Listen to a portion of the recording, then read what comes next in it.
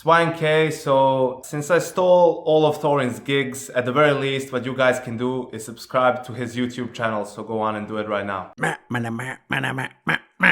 It's Game of Subs, delicious energy for the midday sun. 10% off with my code Thorin at the website now. Fueling the madness to destroy the plebs and dominate this land.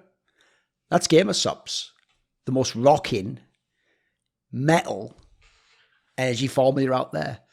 I would suggest check out one of their newer flavours, Cherry Limesicle. It's quite delicious, as you can imagine by the name. And also, if you make an order at gamesups.gg, don't forget to include some free samples. Then you can check out some of the other ones, can't you?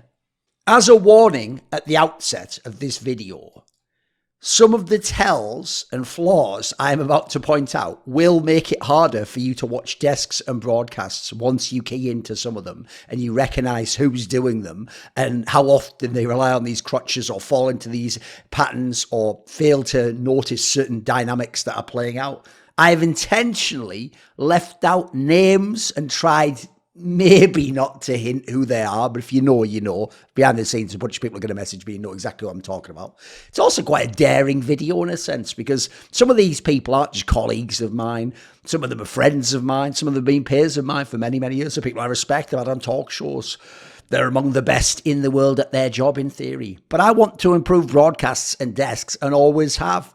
And actually, I think sometimes when people don't make progress, you just have to publicly attack the point as opposed to the man and then see if it gets through to them, see if they understand at that point in time. And by the way, even though some of this you might think is coming from the CSGO bent, because it's like, that's my game, CSGO, a whole bunch of this applies to League of Legends for Dota 2. And you'll see actually when I reference some of it directly in League of Legends, like why it's a problem there. But obviously people will know me from CSGO. I've done at this point in time, something mad like 60 tournaments.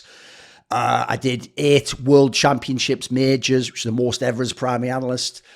I've also done a million talk shows, obviously. Right, the history of the analyst desk is in CS. It wasn't even an analyst desk until CSGO. And in 2012, towards the end, I think it was DreamHack Winter, they started to bring in people who'd done commentary also to then do the desk. I think they had a desk with like Red Eye and Lurpis and maybe Natu was there and one or two other people. The first ever major, DreamHack Winter 2013, so like October, November, I think it was in November actually of 2013, was BSL as the host, me as an analyst, and Sir Scoots as an analyst, even though it's not really Scoots' role. They were just putting people in new Counter-Strike and had Counter-Strike history there.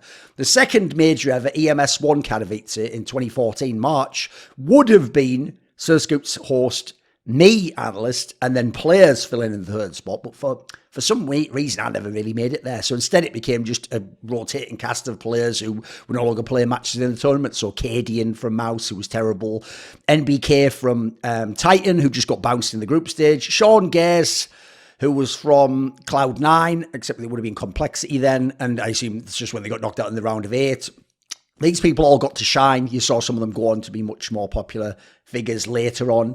In League of Legends, you had Monty on the Season 3 World Championship desk in 2013 going onwards, and then the desk was always a major part of those international tournaments. For me, a lot of what made the desk develop in CSGO was during my ESL Blacklist years. I pioneered my style, the banter style, the flowing freeform, impromptu style at events like DreamHack, which was more of like an old school gamer ethos, Gfinity, which was just an up and coming rising broadcast from the UK, and so they were willing to hitch their wagon to me, Richard and Scoots, the Gfinity's Angels as they were called. Now, this was when we basically pioneered the banter era. Before that, people would go, it's just banter. People weren't doing that on desks. Like, that wasn't very often happening. It would happen if it was like Monty in Doublelift or Crepo, people he knew. But it's like, they weren't doing it the way we were. And that's because me and Richard come from a background in British football, English football, quite frankly. And the style there isn't pure analysis. There is some analysis, but it's punditry. It's having a world perspective on the game and a history of it and your own understanding of it and talking from that and what you're seeing and then having jokes within that and entertainment to make it flow. Like there's a video someone showed me recently where it's just highlights of me at MLG Columbus, one of the majors in CSGO. And it's just like one major. There's 2 parts. It was like 40 minutes long. And it's just constantly one-liners, like tag onto someone's thing after they've said it. Like coming up with a funny angle, wordplay, puns. Like, you just see that it's just entertainment. Like, you can watch it now and not even watch CSGO, then you'll be entertained. And that is one of the problems I have with the modern desk, is a lot of people think I was just doing entertainment because I can't break down a demo. Like, are people not aware? I actually did a series back in CS 1.6 in like 2009, 2010, 2011 called Fresh Pots, where I used to take the like 3 or 4 key rounds in a game and break it down like Mahone does now. But I even knew the players, so I can even tell you some comm stuff like, actually, this player's not so talkative, so I think the call probably came from him. Here, you'll see the rotation comes in. I used to break all that stuff down. What happened was, it wasn't super popular because I had more of a dry style back then, although I used to get good hits because I was on a massive website.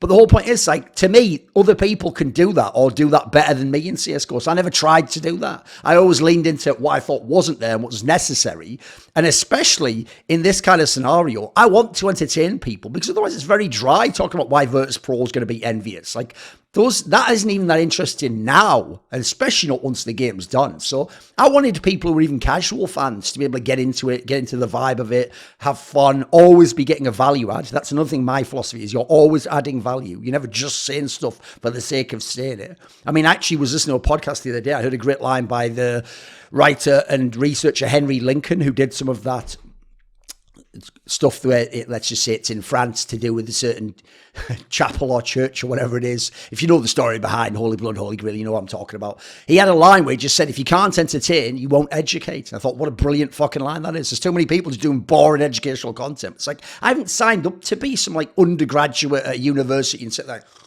at 9 a.m. as you just drone on about some stuff. I want to be entertained. I want to be engaged. I want you to get me into it. I want you to explain what's so sexy and interesting and curious about this idea and why it's so important to me. And that is missed by analysts now, in my opinion, on CSGO and League of Legends. They think it's all about tactical depth or strategical pattern recognition. But listen, if all you can do is make those points and you can't translate it into being entertaining or interesting, then it's actually not a value add. And in fact, I'll just say it right now. Stop listening to the frauds on Twitter and Reddit who, to be posers and to posture, pretend they have high-level tactical understanding. They have a deep strategical philosophy on the game, and then just demand that you have to do that all the time, and that's the only metric by which we judge analysts. They're not fucking Glaive 2018 like they pretend. They really are Gold Novas and DMG players, or people who just watched 10 years of Counter-Strike and never understood anything beyond the fragging and concepts like, hey, he's just rotated off that spot well. Like,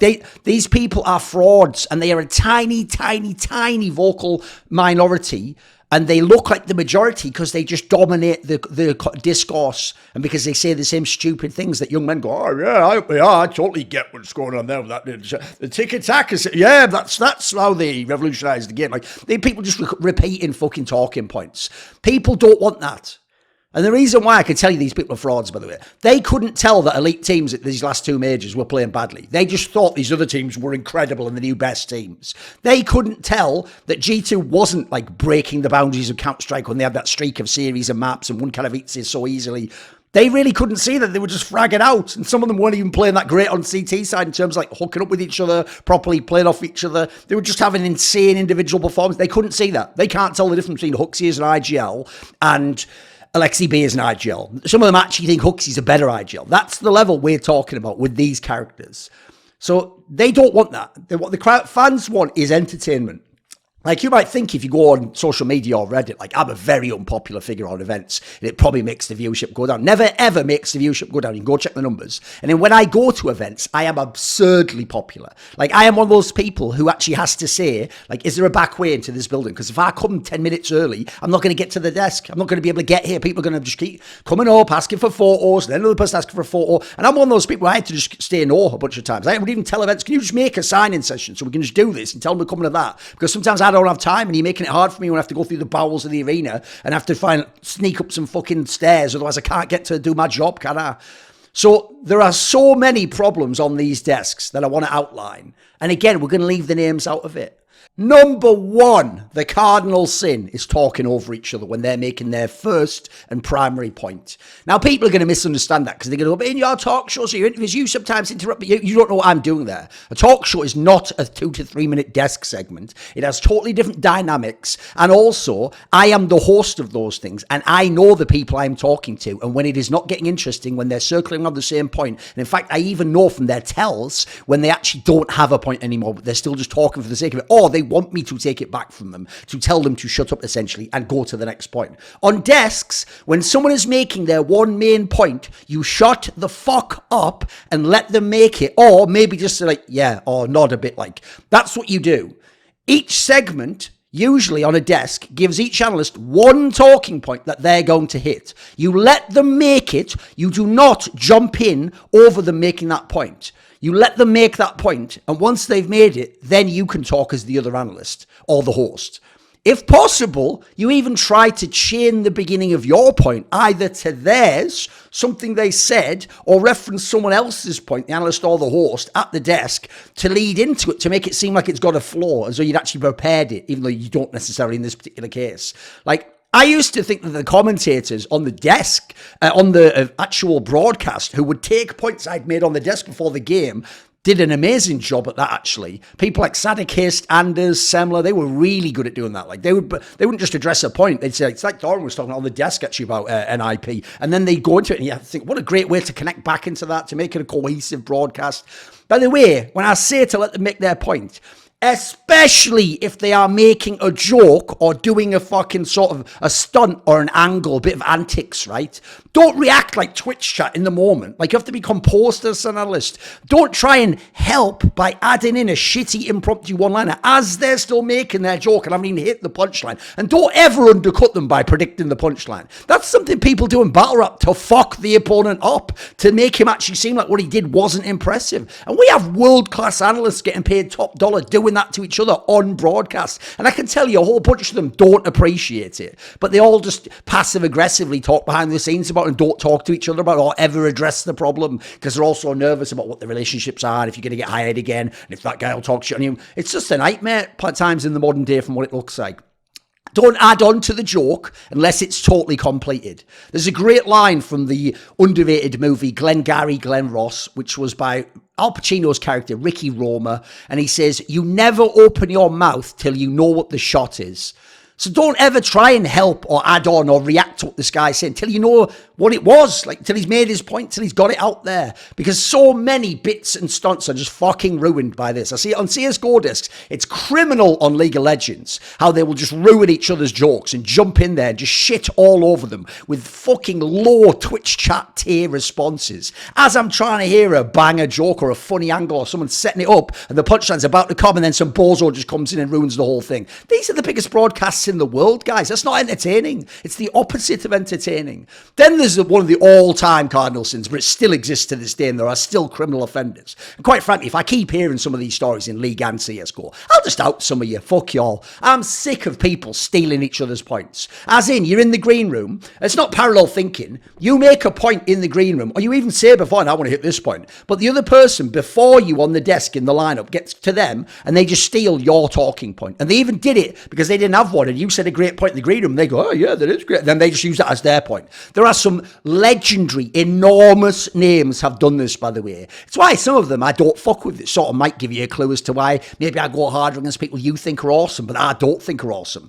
This means, by the way, you end up doing what I did, which is you're just in the green room. You don't ever give up the point. You don't ever tell anyone the point you're going to make, and you don't mention even vaguely what you're going to hit. You just go, oh, yeah, we'll see when we get on there.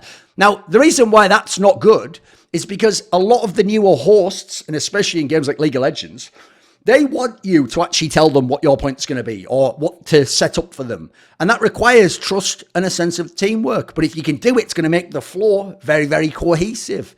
There are some guys that are so huge doing that. There was one guy in League of Legends who's just notorious for it. Another thing is having an annoying opener / connector. Now, in UK battle rap, one of the things that made British battlers really good at doing rebuttals, where you just impromptu come up with a response to what that guy just said, but you haven't pre-written it, is they would just have a generic opener. Like, oh yeah, well, I'm spitting it darker. He said earlier that he was Spider-Man, more like Peter Parker. Like, I just did that off the top of my head now, but you see how basically the reason I was able to do it is because while I was saying I spit it darker, just a generic line, I was thinking what would go with Spider-Man. I could end on Parker, which rhymes with dark. See what I mean? Like, but as a result, the opener isn't very good, is it? Like, that's not a great line. I spit it darker. That's nothing. Like, anyone could just say that. It doesn't even apply to the other, but it's nothing. It's just a setup. But you do it because in the moment you have to do it that way. Now, here's the thing. One of my classic ones. When you say one of these lines, it's again not the same as on a talk show, or even I do this on the desk. When I say, here's the thing, the joke is, what people don't realize, they're actually very neutral. That carries no loaded implication about what my other analyst just said, or if I'm disagreeing with him, etc. I'm actually making it quite neutral. I'm sort of saying, taking it from you, here's my thoughts on it, just so it's not jarring and so there's a flaw. The problem is, too many people have ones they haven't examined like that. And basically, if you listen to what they're saying, it's actually fucking up the flow of the desk or the idea all the people there watch the same game. Like, people, I'll even say, by the way, here's a shit joke. And I do it intentionally. So I set the expectations low. But then if it's at all funny, good. And if not, you just go, oh, Thorin with his silly jokes. I even do that. It's not an accident I do that. Like, I could just not say that and say the joke. But I understand how you craft the actual experience the viewer gets. So think of some of these ones. When people say, like, it's not just that. Right? That just sounds like, I mean, maybe your point was all right, but actually, you know, what about this? There's another one that's like, it's not even that. Like, oh, well, thanks. Fuck me, I guess I'll just leave the desk. What's the point in me making points? Because it's not what I've just said. Like, why are you fucking commenting on what it is? Just give your take. Give your angle on it. Even say I disagree, but that's better than it's not just that. People just have these lines they go to again and again and again. How about one that is where they just go, yeah, and then they just say their point, and their point doesn't agree at all with what you just said. That's jarring too. You think, what? So it's just, yeah, no matter what they say. By the way, just improve that. Like, you can do the improv angle, which they teach you. Yes, and even so, I actually think you can even just go, I don't know about that, or like, I would disagree on that particular one because of this angle. I would just say do the yeah one if you actually agree, but people, these are unquestioned openers at this point in time. Another one, totally, and then they just go into some absolutely other point that's almost mutually exclusive to what you just said. Like, these are big problems, guys, because they're so easy to fix as well. It's not like when I do like, people don't seem to understand. If you don't follow League of Legends, or you only follow League of Legends, you don't know that for like, what we're talking now, like 10 years, I've been doing weekly talk shows and interviews. Then for, let's say, the last 5 to 6 years, I've been doing something like, you know, the people do like one talk show a week. I've been doing, let's say, 5 to 6 talk shows and a couple of interviews a week. So as a result, I'm talking so much, you are going to hear me say similar things over and over and over again. I'm not talking once for 10 minutes or once for 3 minutes, but 5 times a day, and then you don't hear me for 3 months. So as a result, you're going to think, we are doing this. I know what I'm talking about. There's another thing. You don't know the technical level of ability if you haven't done this job or worked in broadcast in some context. There are people you might think are amazing. If you actually understand the technical skills and techniques being employed, some of them are basic as fuck, and they just hit the same angle over and over and over again. Bit like a rapper who can only do punchline bars, or who can only do rhyming schemes. If they can't actually do different things like rhyming triplets, or do like a proper like metaphorical scheme, or they do like a fucking approach where it's just rebuttals or it's personal. If they don't have the whole arsenal, then you're going to know that actually they're not actually that good a rapper. But you're not if you just think, oh, I like that line, so he's the GOAT. Like, you know what you're talking about, mate. Another thing is pandering to the crowd. It's mainly a problem in CSGO on Twitter. People have become so feckless. Like, by the way, when people just do that tweet, Counter-Strike, it's like, mate, this is a value decrease from my life that I saw your tweet. Put some fucking value in there, you twat. You just wanted some Zoomers to like the post. You're fucking pathetic, in my opinion. But in League of Legends, it's fucking insane how bad they are on the broadcast at pandering to the crowd. Just go and listen to the MSI playoffs once the Western teams get eliminated. Suddenly, we're hearing about the absolute best Asian teams, how some of them aren't that good at macro, their team fighting's questionable, the play from the mid laners maybe isn't at the top level. Like, is the champion pool good enough for this ADC or top laner? But then you think, in the same tournament, the best analysts in the West, on the same broadcast, when they were were talking about G2 and Mad Lions and Cloud9, in the context of what they've just said now about the best teams, they'd have to say those teams are appalling in some of those areas. Absolute trash, no chance at all, the gap's enormous. They don't do that. They make it sound like this team actually has pretty good macro. You know, they've got like, I think actually this mid laner can match up against the absolute best mid laner in the world. Well, you know what? Maybe they can get it going through this jungler. Like, he is a special player. Like, mate, there's no fucking line thread that goes through a through line through what you're saying. You're actually making yourself sound like a fool, and you're not doing a good job of characterizing the fucking teams and players. Then, one of my ultimate ones, I hate it even though other people don't care, is when they bring pros onto the desk, active pros, and the analysts and the desk pander to the pro. Pros ruin broadcasts, by the way, because most of them aren't articulate. There are a few rare exceptions to this. Most of them aren't deep thinkers and have not thought beyond simple concepts. And most, quite frankly, are not well versed in what the viewer sees, like the other big matches and other teams in official play. They're going off scrims and things they know about him or things they've heard about him or that they remember playing a few years ago. They're not actually the people that you think they are. It's why the rare examples like Carrigan, an obvious one would be Fallen. Even Forrest had a bit, but then you notice he doesn't veer into the tactical side. Get right, because he watches a lot of demos. There are certain pros, I would imagine someone like Rops would probably be up there if he did it. There are certain ones that can really do it, and there are others that are just bozos. Like I made the point before. Simple, if you're talking about his game and the context of like high-level blade type Counter-Strike, can be very articulate and intelligent, but he also has a terrible understanding of things like what broadcast is doing. I mean, remember, this is the guy, like I said in that other video, who ranked like Gambit's win at PGL Krakow like an A-tier win of a major, but then put events like I know he had like Astralis was lower than that. I think he even had like SK winning in 2016 is lower than that, when they basically like pioneered the meta and almost completed Counter-Strike at that point in time. The guy just didn't know what the fuck he was talking about, mate. What an absolute bozo. Like, I love him as a player, analysing his game. Get the fuck away from any sort of analysis of the rest of the game, though. You're garbage at it, mate. So the reason I bring this up is, when they come on these desks, and they're not even the best at doing this role, they're players, they just dominate the desk because of their presence. The analysts are looking at them almost like, oh, simple. Whatever you say must be right. I can't believe I get to talk to you. Yes, I agree with everything you say. It's fucking pathetic. They're looking at them all dreamily, not pushing back on any points or disagreeing or giving a counter take. Like, contrast that with when I used to have Fiflaren sat next to me, or Maniac or something. I'd even just roast these guys. Like, I made the joke that like Nip won a major playing 4v5.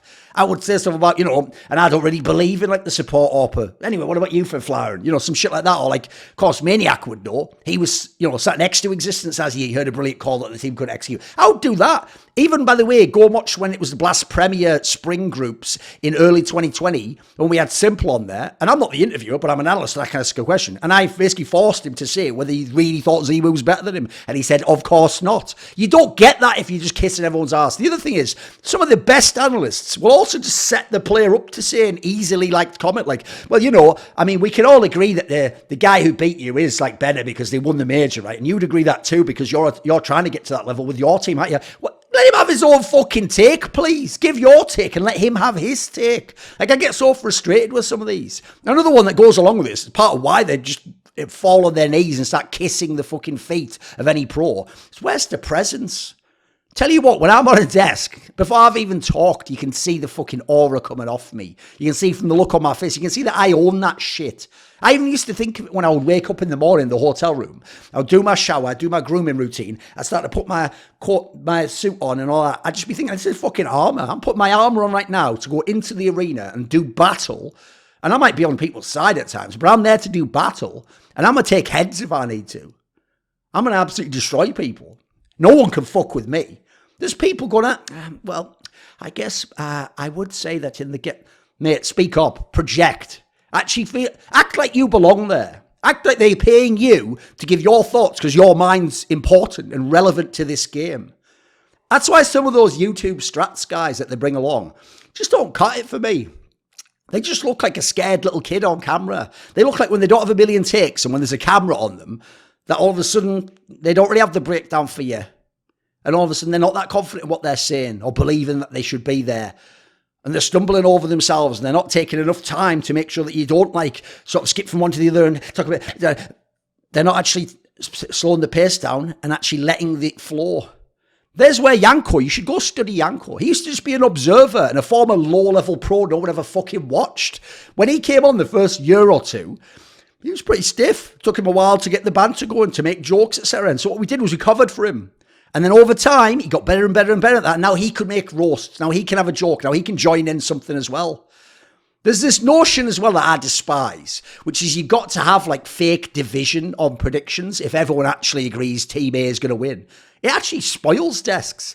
If all three analysts or two analysts think the same team's going to win, they should say so. Therefore, the fan at home knows, oh, it's pretty conclusive that team should win, or no one actually believes the other team can win. A famous example where this fucked everything up was Season 3 Worlds, where because it was so obvious that SKT with Faker would win, the people on the desk, except Monty, to win the crowd over, just said Royal Never Give Up would win. Even though there was zero chance that could ever have happened, by the way, if you look how the teams matched up. I mean, RNG on paper wasn't even really supposed to make it past Fnatic. Like, it was outrageous the way that these people were talking.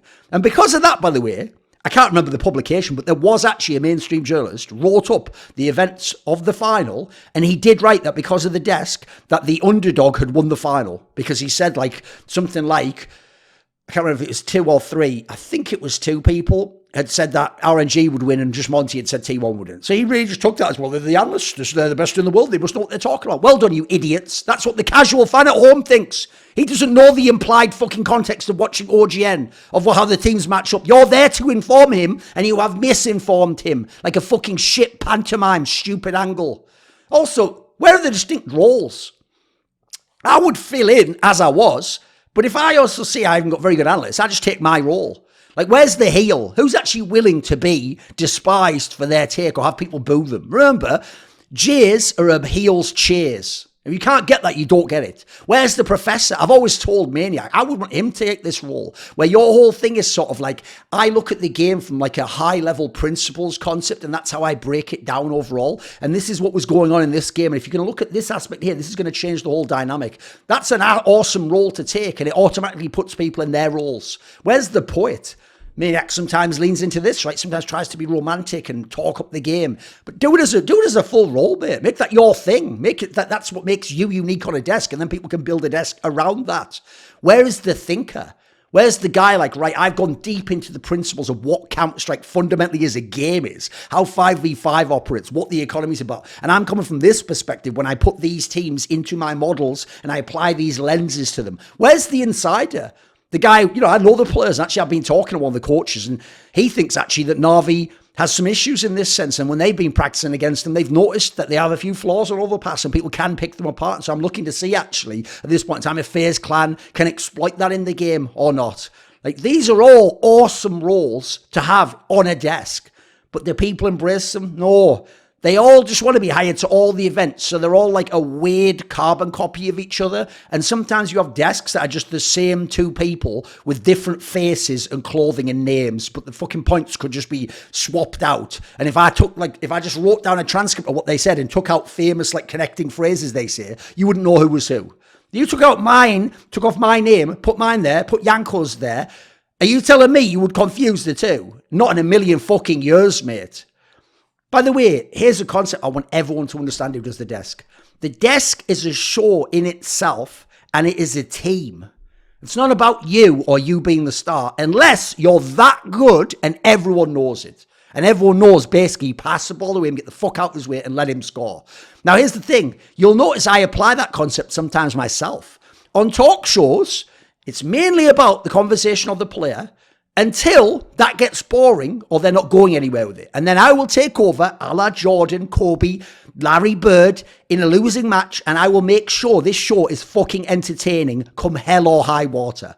Like, what you have to understand on a normal desk, though, is there's the wrestling concept. Sometimes it's their turn to get put over and have the good point and to get the whole babyface heel dynamic. I've done that so much with people like Yanko and Sponge and Maniac earlier in my career. There's that famous machine line where he roasts me at Cologne. Now, partly because there wasn't enough time, and partly because we haven't worked together that much. I'm here back on ESL desks, and he's the man at ESL, and they're building him as a talent.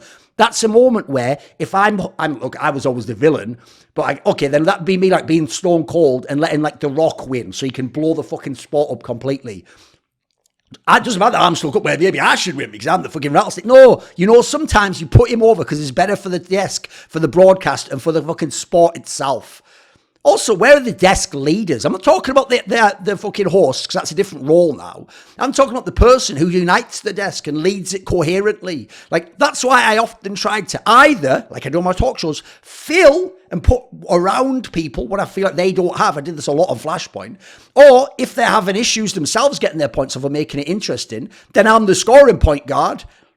This is dated reference, but like the old examples would be like Deron Williams, Isaiah Thomas, and I'll just take over and score too while also distributing the ball to you. That's something I've done quite a lot. It's one of the reasons why in Flashpoint, sometimes I was even veering into like hosting territory and why I even did it at Epicenter. I always thought I could do both actually. Maybe that would be a better way to have a 3-man desk, but not have to have 3 analysts, because I've always thought 2 analysts and a host is the best.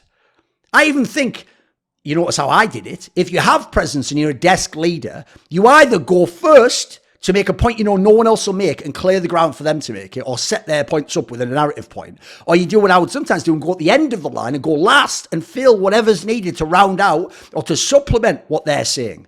There are so many things that are not being explored and so many people not making much process beyond just doing brute force amounts of events and spamming them. You've got to think of this as its own craft that has technique, has technical ability, requires you to review what you're doing, to understand the dynamics that are going on there, learn your teammates, what their strengths are, what their weaknesses are, learn what kind of broadcast you want. Is it ESL and you're a bit more buttoned up? Is it one of the other broadcasts and you'll be a bit more fun? Is it Blast with their whole dynamic? Whatever it might be, you're supposed to learn all of that, and then you can get everything to a higher level and make improvements yourself, because some of the mistakes I see from people being paid hundreds of thousands of dollars a year are still so amateurish, and it doesn't need to be the way it is. So I'm just going to say it straight up, some of the problems people have, and it's on them to fix them. Where I come from in England, people will often say, oh yeah, you and whose army? Well, I'll tell you what, I've got my own army backing me up. They're called the Skrilluminati. Thank you to Ahmed Hadjou, Joseph Adcock, Matt Pugnatio Rajcula, Theogony, Animosity, Bot Pounder 420, Jensen Goh, Tobias Bernasconi, Tosh, Torin, and as always, you know it, a special thanks goes out to my boy Jerky's Minion. Do you want to suggest a topic or a guest for my content? You want teasers, find out who's in the upcoming interviews? Do you want to ask me a question in my monthly AMA? Maybe you want to be part of those long discussions where we talk about anything and everything in esports. Well, if so, put your money where your mouth is and enlist today in the Skrilluminati via the Patreon link in the box below.